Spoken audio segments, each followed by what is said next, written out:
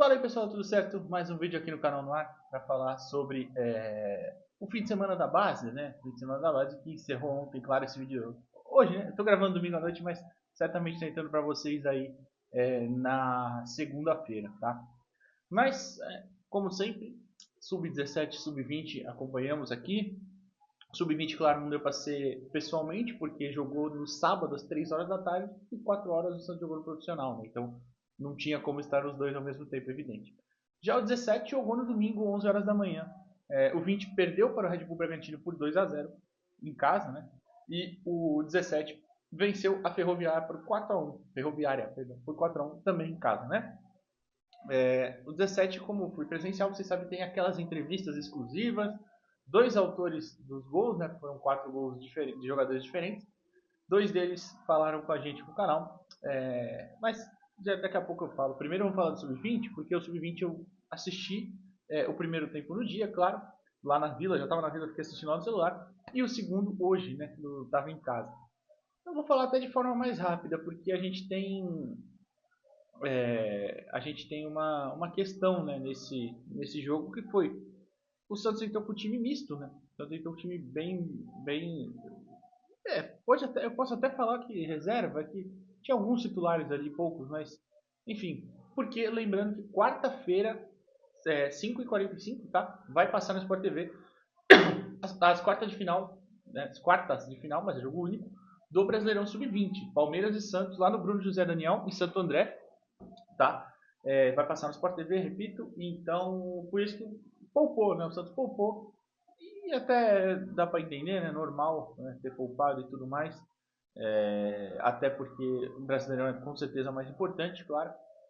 E, enfim, queria até, não vou poder ir no jogo sub-20, ficar bem triste. Eu vou no 17, que também joga quarta-feira, né? Não vou poder ir presencialmente, infelizmente, porque tem um compromisso na quarta-noite e não ia dar tempo de voltar de Santo André para cá. Mas a gente vai assistir, vai ter análise aqui. Então, vou até falar a escalação, tô olhando aqui, né? No PC tá aqui. Gustavo Jundi, que aparentemente agora vai ser reserva do João Fernandes, pelo menos nessa fase aí, né, de decisões do brasileiro. O Lenin na lateral direita, o Matheus Matias titular na zaga, o Samuel também reserva, Diego Matos na lateral esquerda. O Diego é zagueiro, joga na lateral também improvisado, enfim, é bom jogador o Diego também, mas também é reserva, né? Aí no meio, um meio de campo completamente reserva, Kenai, Everton e Matheus Felipe. Na frente, Rodrigo César, Ronald Perlaza e Alejandro Villarreal. O Villarreal também titular, né? Eu até estranhei, o Enzo não ficou nem no banco. O Enzo tem sido preterido mesmo, né, nesses últimos jogos aí, por alguns outros atletas. Mas enfim, opção do Orlando. E o Rodrigo é o também titular, né? O Rodrigo às vezes joga, fica no banco, às vezes titular, na maioria das vezes acho que a gente até pode falar, mas enfim. Então tinha ali pelo menos 3 titulares, vai. O Bragantino, claro, veio completo, evidente. E aí no banco a gente tinha os titulares mesmo: João Fernandes, Vinícius Lira, Gabriel Simples, Caio Araújo. Caio até foi que chegou essa semana do Grêmio, estreou, né? Eu preciso até ver com mais atenção ele e o Perlada, fazer um vídeo separado dele. Diego Borges, Gabriel Andrade, voltando de lesão, Gabriel, Ian, Miguelito e Bernardo, né? Inclusive esses 3 últimos para mim tinha que estar no banco do profissional no sábado, né? Mas enfim, isso é papo para outro dia. Aliás, já falei no pós-jogo de ontem, inclusive. De ontem não, de sábado, né? Certamente, já falei, esse vídeo tá entrando de segunda, né? Mas sobre a partida em si, o Bragantino entrou melhor, tá? Começou bem, e até conseguiu fazer o gol cedo, né? Foi ali por volta dos 12 minutos ali, e que já abriu o placar o Felipinho. O Felipe fez os 2 gols, inclusive, do Bragantino. É, Perdão. Então já deu uma controlada no jogo. Até o Santos tinha tido já uma chance antes, com o Rodrigo. O Rodrigo bateu colocado, bateu para fora. Mas talvez a grande chance ali que assustou, mas depois o Bragantino faz esse gol, o time fica um pouquinho perdido e tudo mais. Depois, tanto que o Bragantino faz o gol aos 12, o Santos só vai chegar direito aos 25, que era uma jogada do Perlaza também, ele cruza e o Lenin chega desviando. Mas no geral o Santos aí ficou meio perdido e tudo mais. E eles já tinham chegado também com outra bola no travessão também, antes do Santos, da própria chance do Santos. Então ali o time foi tentando dar uma encaixada, uma igualada, né, na situação até. E termina o primeiro tempo com outra chance também do Rodrigo. Termina não, foi um pouco antes de acabar, mas enfim. E aí aquilo, né? Você tem um time misto, não é a mesma coisa, claro, não está todo mundo entrosado. E o adversário é aquilo, né? O Bragantino tem sempre jogadores que se destacam muito fisicamente, né? O Bragantino, qualquer categoria deles, e eu tô falando que agora, repito, assisto bastante o 20, sempre assisti, mas agora também assistindo o 17.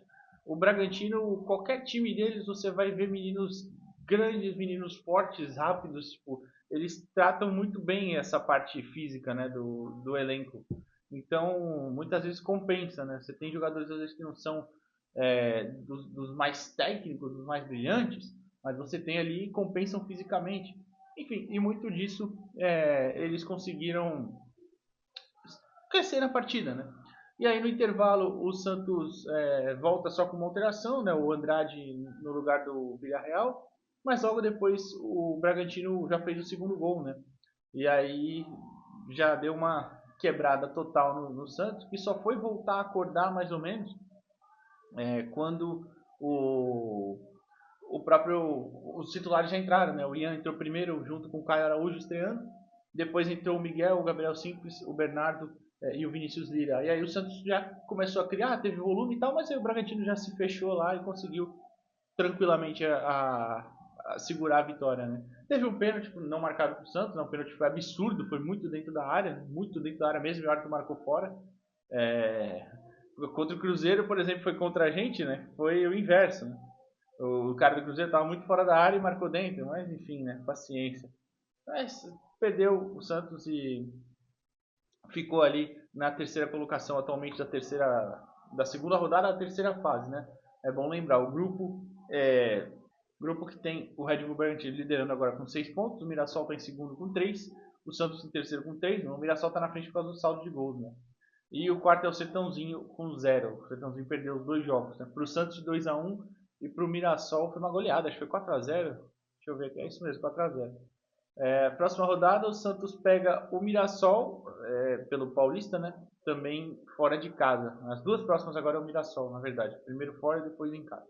Mas, antes disso, claro, tem a questão importante que é as quartas de final contra o Palmeiras. Então, eu entendo até a derrota, tudo bem, né, a essa altura, só não pode acontecer igual ano passado, né, que a gente chega na última rodada precisando vencer para classificar, a gente estava vencendo nos últimos 10 minutos, toma o gol de empate no Bragantino e termina eliminado, justamente nessa fase. Tá? Isso que não pode acontecer. Mas tudo bem, ainda temos tempo e, repito, eu entendo para essa partida porque você tinha um confronto muito importante no caminho aí, que é o do Palmeiras na quarta-feira. Né? Então, beleza, dá totalmente aí para entender essa derrota com o time misto. Tá? Já o Sub-17, o 17 venceu muito bem, né? O 17 venceu goleando a Ferroviária em uma partida dominante, bem dominante mesmo. Estou até abrindo a tabela também aqui para ver o grupo como é que tá. O Santos é líder, eu sei, mas só. É isso mesmo. O Santos tem 6 pontos, o Mirassol. O Mirassol tá no mesmo grupo do Santos no 15, no 17 e no 20.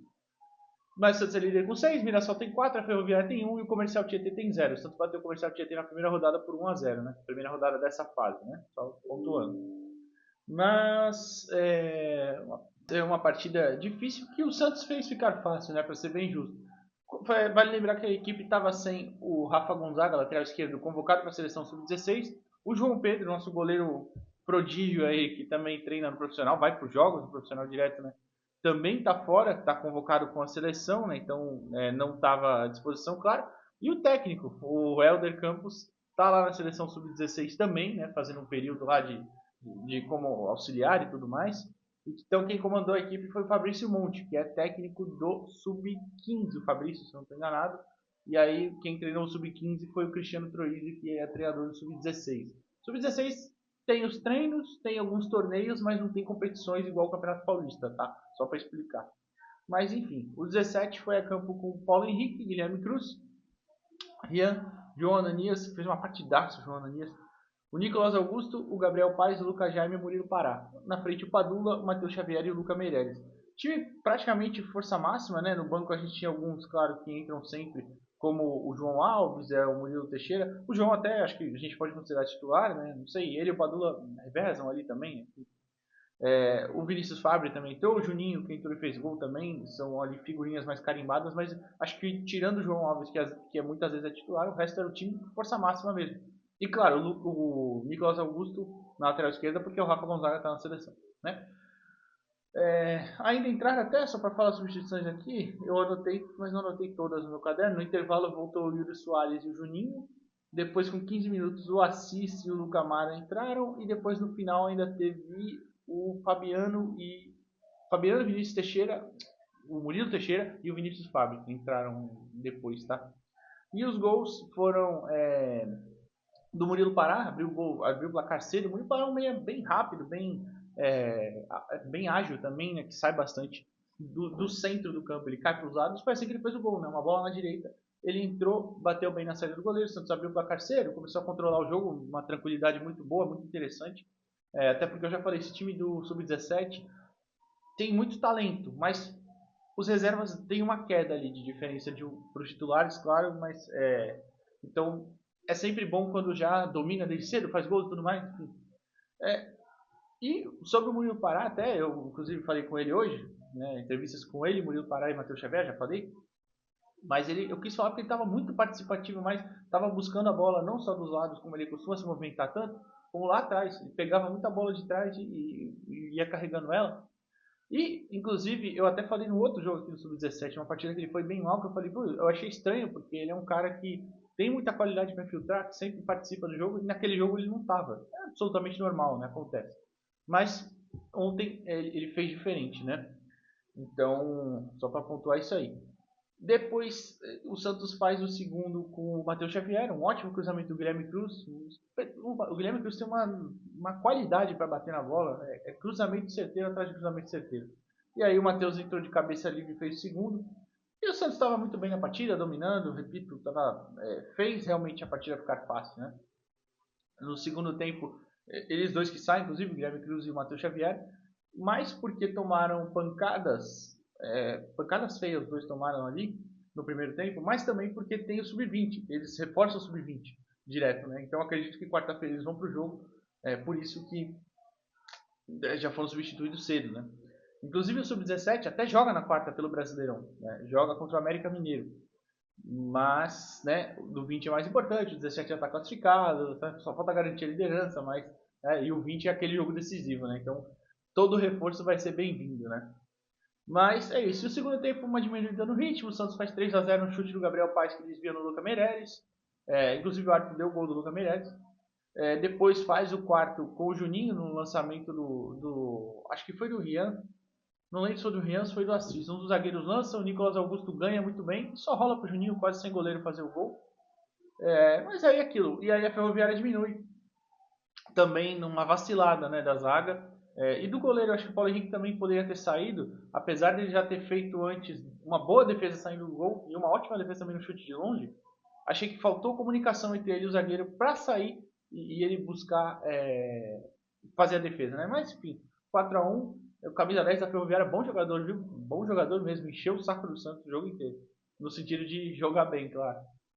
Mas enfim, teve essa queda, apesar de ter sido 2-0 entre aspas, no primeiro tempo e 2-1 no segundo, quando os reservas entrou, o ritmo deu uma diminuída, o Santos tomou algumas finalizações ali que não deveria, mas também teve uma partida bem dominante no resto do tempo, assim, para ser bem justo, nos últimos 15 minutos ali que deu uma relaxada, não pode, mas já estava 4-0 também, né? Então, só para não ser chato aqui, tem que pontuar isso, né? Mas uma ótima partida, tá? Então, base com resultados aí positivos e negativos no final de semana, mas sempre pontuando. O confronto importante do 20, por exemplo, é na quarta-feira, então valia perder nesse final de semana. Tá? Agora fiquei com o Matheus Xavier e o Murilo Pará e depois a gente volta. Valeu! Murilo, parabéns pela vitória, liderança do grupo, né? Agora nessa segunda fase aí. Fala um pouquinho de como foi a preparação do jogo essa semana, depois de uma derrota, apesar de vocês já estarem classificados também no Brasileirão, né? Pô, a gente soube se comportar bem na partida. É, Sobre a derrota que a gente teve, a gente manteve a cabeça no lugar, sendo que a gente já está classificado. E é seguir em frente. Trabalhamos na semana, o dia que a gente teve para a preparação do Paulista e conseguimos fazer o jogo fácil. O jogo não foi fácil, a gente que fez o jogo fácil.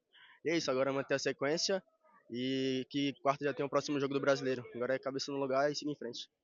Murilo, eu sempre peço para a primeira vez que a gente entrevista aqui um dos meninos explicar as características para o torcedor conhecer, né? Fala um pouquinho de você, cara. Pô, característica, pô, um bom passe, acho que sei conduzir bem a bola e o que eu espero é drible também, que a torcida gosta, e é isso. Você, no primeiro tempo, você estava buscando bastante a bola lá, perto do João Ananias, principalmente caindo pelo lado esquerdo. É uma característica sua também, de iniciar a jogada bem por trás? Isso é que, como eu comecei de volante, aí o treinador me adiantou mais pra frente. Eu tenho esse gosto de buscar a bola no pé, uma característica minha e eu gosto muito. Matheus, parabéns pela vitória. Vocês fizeram uma partida dominante aqui no CT, né? Fala um pouquinho dessa vitória e da preparação para essa partida. Muito obrigado pelos parabéns. Foi uma partida muito difícil, né? A gente sabia da qualidade da equipe da Ferroviária, mas um jogo dentro de casa, dentro do nosso campo, sabemos que aqui a bola corre mais e é isso, fizemos um grande jogo, fizemos o que o professor pediu. O professor Fabrício está com nós aí porque o professor Helder está na seleção e a gente fez o que ele pediu e graças a Deus saímos com os 3 pontos. Fala um pouquinho também, apesar de você já até ter estreado no profissional, né, cara? Mas fala um pouquinho das suas características para se apresentar para o torcedor que ainda não te conhece. O 1 para 1, a finalização, o cabeceio, e agora aprendi um pouco a marcar, né? O professor pede e é isso. Como eu falei, você já estreou até no profissional, né? Você transita bastante entre o 20 e o 17. Como é que é para você essa diferença de categorias, né? De estilos de jogo também? Cara, é sempre bom, né? Tá transitando entre 17 e 20. Isso mostra que tô fazendo por onde e é, eu acho que não tem muita diferença. O 17 é uma categoria que, como eu já tive lá no profissional, é uma categoria que fica muito próximo do profissional, igual o 20. Acho que não tem muita diferença não. E tem que continuar, né, manter para poder voltar lá. E é isso. E só para finalizar, fala um pouquinho daquela sua estreia já faz um tempinho, né? Contra a Chapecoense. Até o gol sai do escanteio da jogada que você faz, né? Teve um nervosismo ali? Como é que foi aquela estreia, cara? Ah, teve um pouquinho de nervosismo, né? Porque estrear na Vila, com o estádio cheio, dá um friozinho na barriga, mas graças a Deus fui feliz em estrear. Fiz o lance do gol, né? Deu o escanteio, o Souzinha foi feliz e deu assistência. E é isso.